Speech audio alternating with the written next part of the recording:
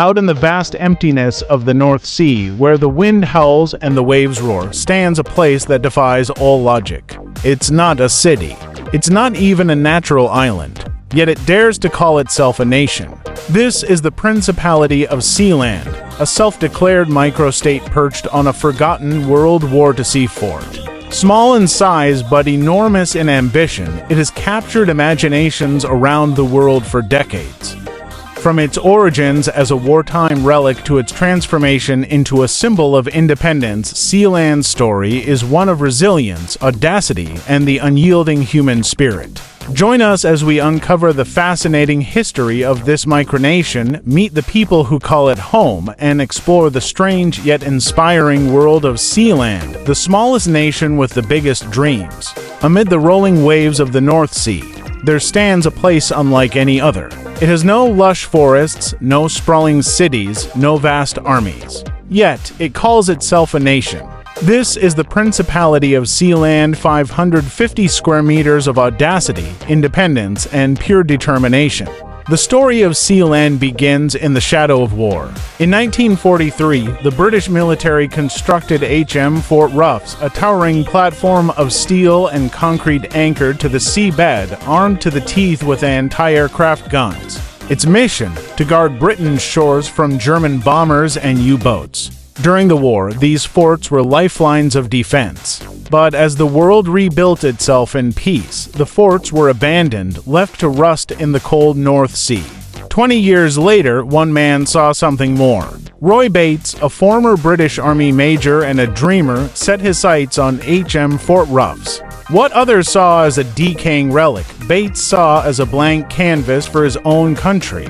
In 1967, Roy Bates claimed the abandoned fort as his own. With a declaration of independence, he named it the Principality of Sealand, complete with a flag, a constitution, and a royal family, himself as Prince Roy and his wife, Joan, as Princess Joan. But the birth of Sealand wasn't without challenges.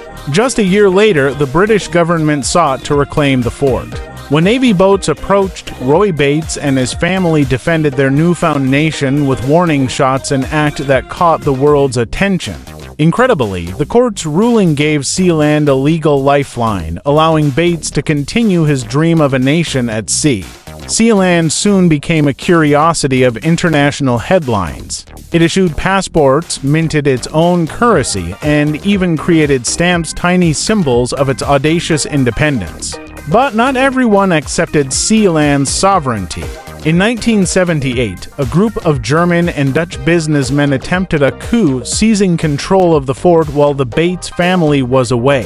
But they underestimated Prince Roy's resolve.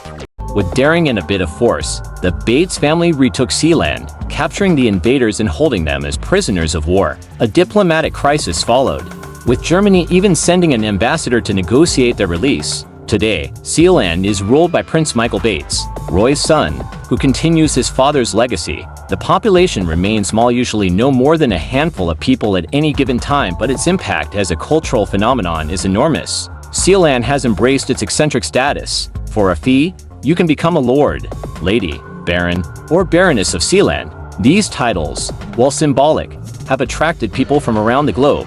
Sealand has even issued its own passports and coins, though international recognition remains elusive. Sealand has adapted to modern times, offering itself as a haven for data storage and digital freedom. It has weathered fierce storms, legal battles, and the relentless passage of time, standing as a testament to human resilience and creativity. Sealand may never have a seat at the United Nations or field an Olympic team, but its story reminds us that the idea of a nation is more than just land or borders. It's a dream, a belief in something greater than yourself, no matter how small it may be. In a world dominated by sprawling empires and powerful nations, Sealand reminds us that the size of a country is not measured by its land, but by the spirit of its people. It is a story of independence, resilience, and the power of imagination. From its audacious founding by Prince Roy to its survival against storms, legal battles, and even a coup, Sealand stands as a testament to what is possible when dreams meet determination. Though it may never sit at the tables of global power, Sealand has already made its mark in the annals of history,